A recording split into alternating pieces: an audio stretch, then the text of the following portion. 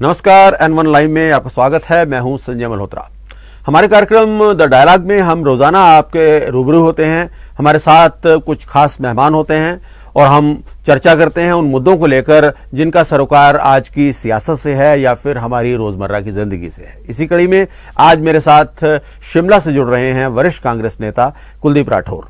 कुलदीप राठौर इस समय AICC के राष्ट्रीय प्रवक्ता हैं। इससे पहले वो हिमाचल प्रदेश कांग्रेस कमेटी के अध्यक्ष रह चुके हैं और इससे भी बढ़कर वो तेजी से पास आ रहे हिमाचल विधानसभा के जो इलेक्शंस हैं इनमें चुनाव लड़ने की तैयारी भी कर रहे हैं। ठियोग कुमारसैन विधानसभा क्षेत्र जिसे कहा जाता है, वहां से उनकी दावेदारी है। और राठौर साहब, आपका बहुत बहुत स्वागत हमारे इस कार्यक्रम द डायलॉग में।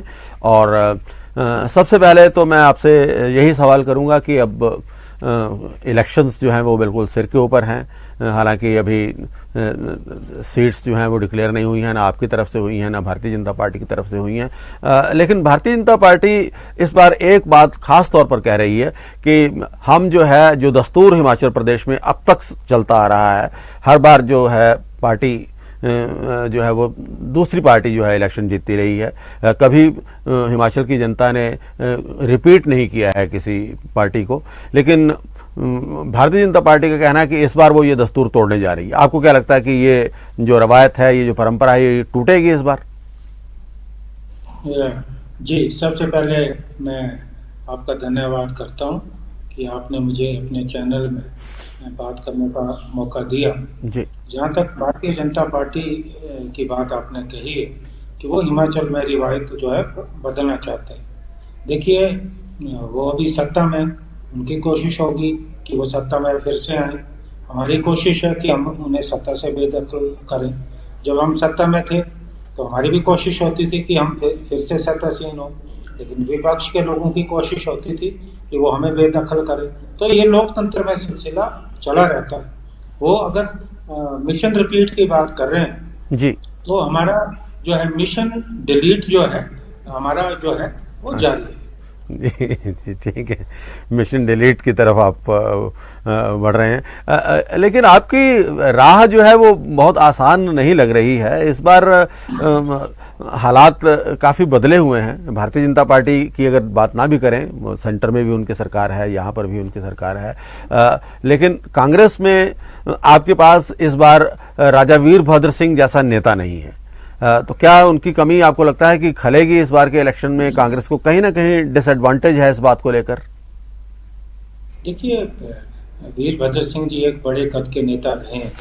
निश्चित तौर पे वो भी हमारे बीच में नहीं, तो वो नुकसान हमें जो है होगा।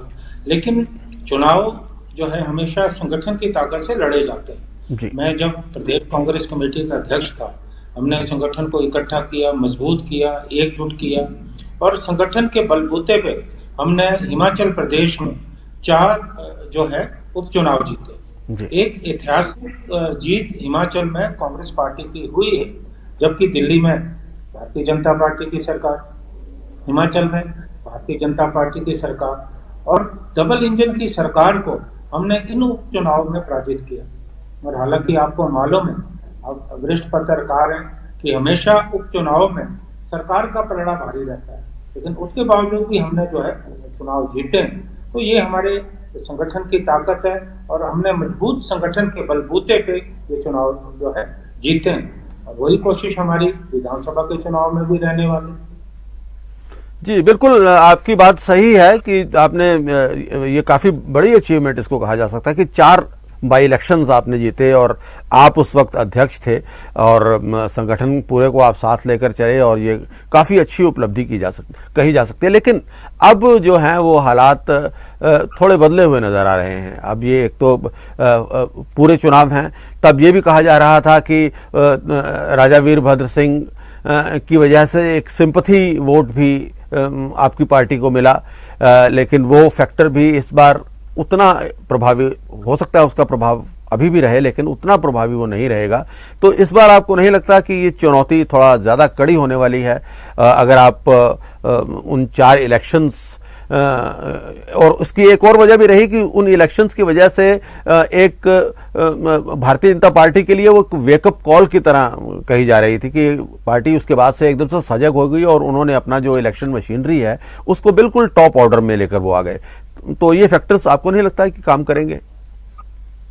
देखिए, मैं ये मानता हूँ कि वीरभद्र सिंह जी की सहानुभूति रही है, but it was not the sole factor. खाली आप सहानुभूति के सारे चुनाव नहीं जीत सकते, और ये चुनाव कोई एक क्षेत्र में नहीं हुआ।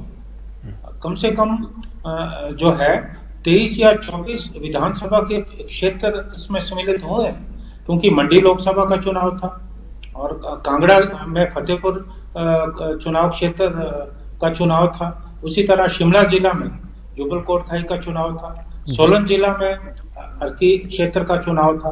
तो ये चुनाव जो है संगठन की ताकत से हम लोग जो है जीते हैं।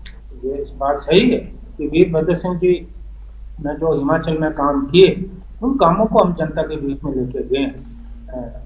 डॉक्टर परमार ने हिमाचल का जो निर्माण किया और वीरभद्र सिंह जी ने हिमाचल में जो तरक्की की है, वो हमारा एजेंडा इन चुनाव में जो है रहा है। खाली ये कहना कि सहानुभूति फैक्टर था, ऐसा मैं समझता हूँ ठीक नहीं है। जी बिल्कुल ठीक है। और इसके बाद एक और सवाल भी खड़ा होता है, और वो है कि इस वक्त राजा वीरभद्र सिंह के जाने के बाद एक वैक्यूम वाली स्थिति जो है, एक खालीपन जो नेतृत्व में उसकी बात भी कही जा रही है। हालांकि मुख्यमंत्री की दावेदारी करने वाले तो काफ़ी नेता हैं आपके पास, लेकिन उस तरह के कद का नेता अभी नहीं है, और पार्टी की जो आला कमान है उसके सामने भी ये एक चैलेंज रहने वाला है कि किसी चेहरे के साथ ये चुनाव लड़ा जाए या सिर्फ संगठन की ताकत के तौर पर इस चुनाव को लड़ा जाए। आपको क्या लगता है?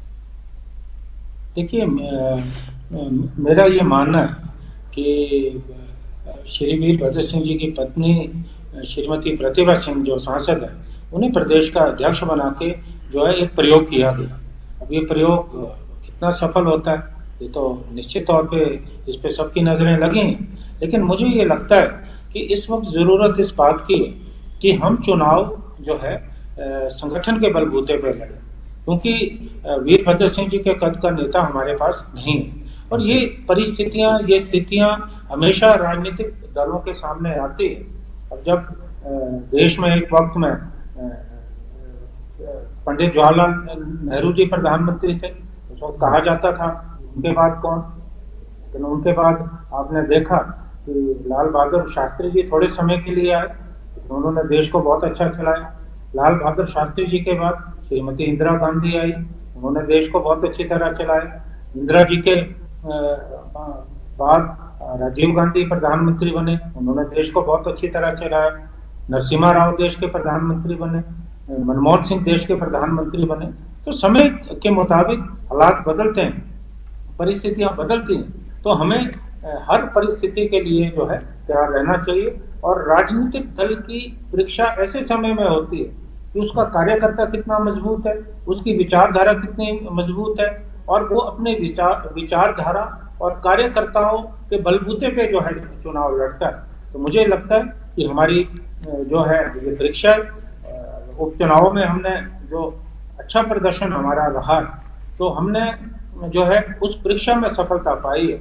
तो अब जो आने वाली परीक्षा है, इसमें भी मुझे पूरा विश्वास है कि सभी लोग एकजुट होकर चुनाव लड़ेंगे।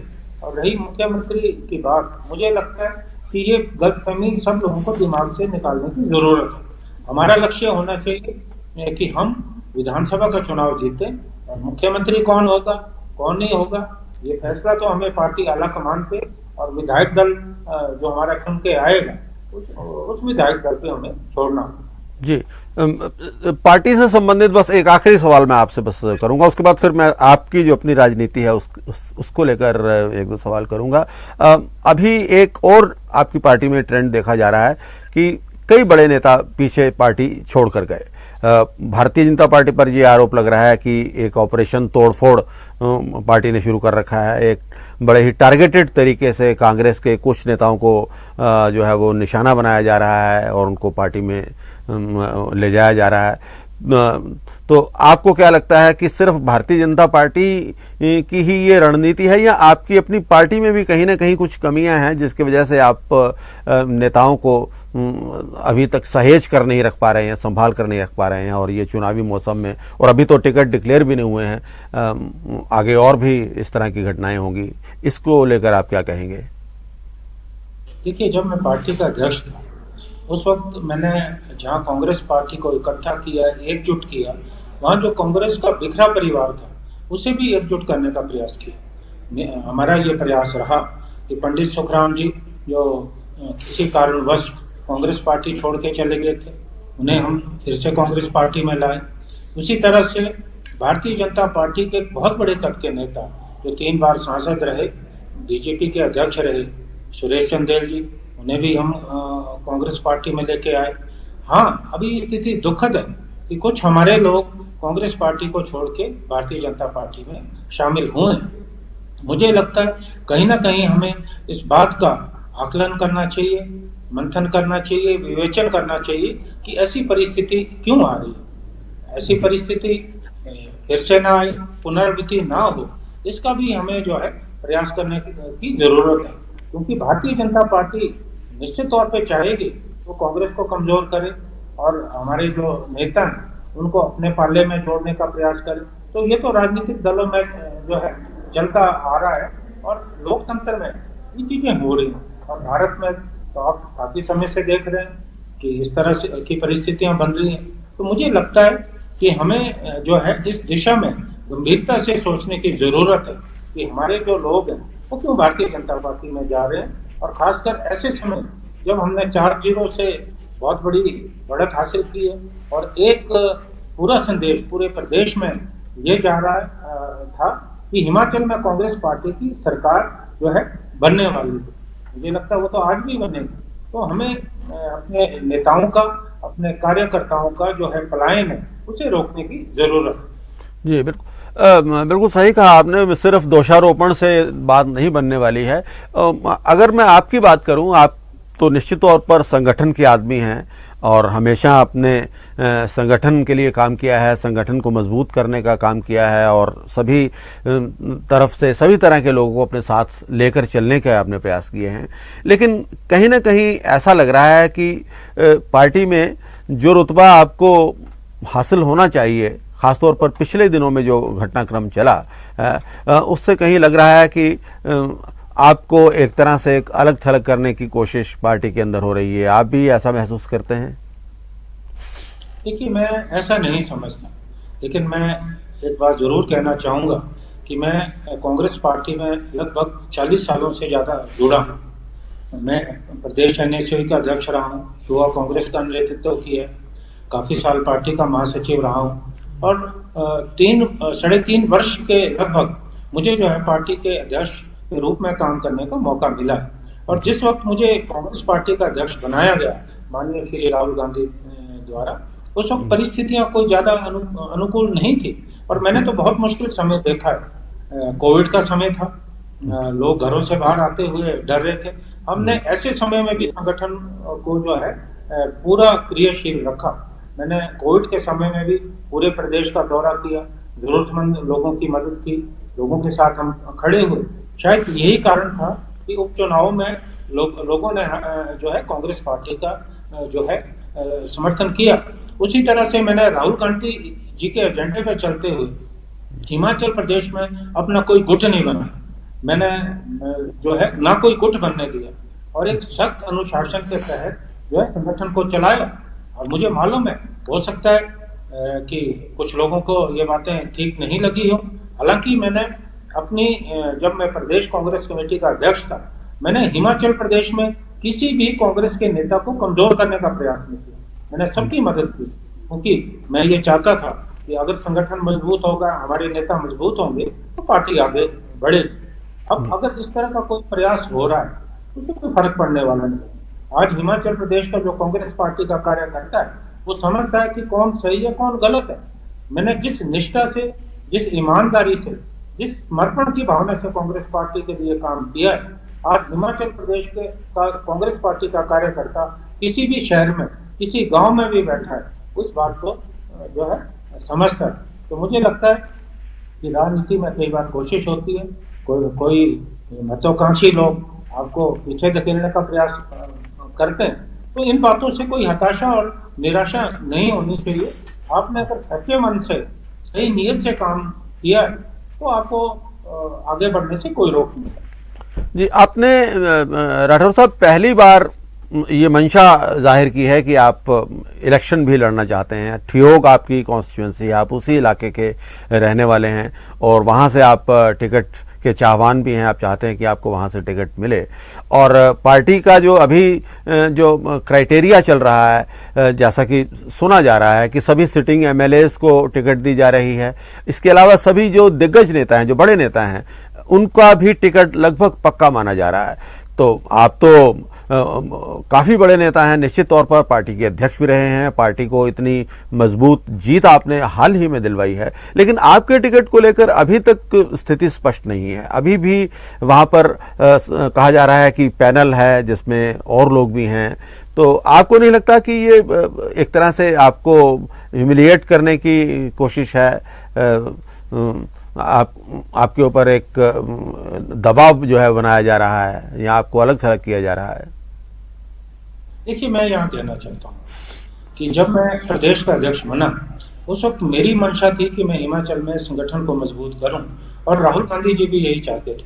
मैंने कभी भी मुख्यमंत्री बनने की इच्छा जाहिर नहीं की, और शायद मैं प्रदेश कांग्रेस का अगर अध्यक्ष रहता तो मैं चुनाव लड़ने की नहीं सोचता। मेरा मकसद होता कि मैं हिमाचल में कांग्रेस को जो है फिर से सत्ता में लाऊं। एक अध्यक्ष रहते हुए भी जो मेरे क्षेत्र के लोग हैं वो सैकड़ों की संख्या में मेरे पास आते रहते थे और मुझसे गुहार लगाते थे कि मुझे जो है ठियोग क्षेत्र से चुनाव लड़ना चाहिए। अब मैं ठियोग क्षेत्र के बारे में आपको बताऊं कि ठियोग क्षेत्र में बहुत मजबूत नेतृत्व रहा है। पहले श्री जय बिहारी लाल खाची जी वहाँ के रहे, विधायक रहे, उनका बहुत बड़ा कद रहा है। श्रीमती विद्या स्टोक जी वहाँ से विधायक रही, उनका भी एक बहुत बड़ा कद रहा है। तो ठियोग क्षेत्र के लोगों की चाहत थी कि उन्हें एक बड़े कद का नेता जो है चाहिए। अब शायद हो सकता है कि वो तमाम खूबियां उन्होंने मुझ में देखी हो। और मैं कहना चाहता हूं कि एक बार तो हजारों की संख्या में ठियोग क्षेत्र के लोग पार्टी कार्यालय में आए और उन्होंने मुझसे कहा कि आप यहाँ से चुनाव लड़ो, लेकिन मैंने हम ही नहीं माना, क्योंकि मुझे लगता था कि अगर मैं अपने आप को ठियोग क्षेत्र तक सीमित करूंगा तो ये पार्टी के साथ जो है बहुत बड़ा न्याय होगा। क्योंकि अक्सर लोग तो अपनी राजनीति की सोचते हैं, उन्हें लगता कि हम विधायक बन जाएं, मंत्री बन जाएं या कुछ बने, इससे ज्यादा नहीं सोचते। मैंने हमेशा संगठन की सोची, मैंने हमेशा पार्टी की सोची, लेकिन जब बात आई अध्यक्ष का बदलाव हुआ तो मैंने श्रीमती सोनिया गांधी जी को भी ये बात जाके कही, श्री राहुल गांधी जी को भी एक बात कही कि अब मेरे पास समय, अगर आपकी इजाजत हो। उनके ध्यान में मैंने ये बात लाई कि मेरा जो ठियोग क्षेत्र है, यहाँ से श्रीमती विद्या स्टोक्स जी नेता रही हैं, विधायक रही हैं, क्योंकि जब मैं अध्यक्ष बनने के बाद अपने क्षेत्र में गया तो श्रीमती विद्या स्टोक्स ने जनसभा में कहा कि आने वाले समय में जो इस क्षेत्र का नेतृत्व है वो कुलदीप राठौर जैसे ईमानदार व्यक्ति के हाथ में होना चाहिए। ये उनकी मन की इच्छा थी। उसी तरह से श्री वीरभद्र सिंह जी, उनका मेरे ऊपर बहुत आशीर्वाद रहा और वो जीवन के अंतिम क्षण तक जो है मेरे समर्थन में जो है नजर आए, और हमेशा मैंने उनकी मान प्रतिष्ठा में कोई कमी नहीं रखी। और मैंने जब सोनिया जी को, राहुल जी को ये बात कही, उसके बाद मैंने अपने क्षेत्र के लोगों का दौरा किया। मेरी अपनी चाह नहीं थी, ये वहाँ के आम लोगों की चाह थी। लेकिन उसके बाद हो सकता है कि राजनीति में बहुत सारे लोग जो शायद मेरा जो राजनीति में संगठन के प्रति समर्पण रहा है या मेरा जो कद रहा है, हो सकता है उसे खुश ना हो, कहीं ना कहीं इस तरह की बात हो सकती है। तो मुझे लगता है कि इस तरह की कोशिश जो है निश्चित तौर पे हुई है, लेकिन पार्टी नेतृत्व को देखना है कि आप एक ऐसा व्यक्ति जिसने संगठन के लिए 4 दशकों में काम किया, अपने लिए कुछ नहीं मांगा, कभी सरकार में मैंने कोई पद हासिल नहीं किया, मैं पेशे से वकील हूँ और मैं जो है उच्च न्यायालय में वकील रहा हूँ और भारत सरकार का बहुत लंबे समय तक वरिष्ठ अधिवक्ता रहा हूँ, आर्म फोर्सेस का अधिवक्ता रहा हूँ। मेरी जो सोच है वो एक आम राजनेता की तरह नहीं है।